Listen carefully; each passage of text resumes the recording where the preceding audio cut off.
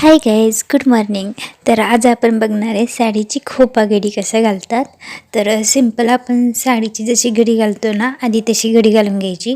त्याच्यानंतर साडीचा एक भाग दुमडायचा, परत जो वरचा भाग आहे ना त्याच्यातली वरची एकच लेअर घ्यायची आणि खालच्या बाजूनं जी आपण घडी घातलेली असते ना ती पूर्ण घडी त्याच्यामध्ये घालायची.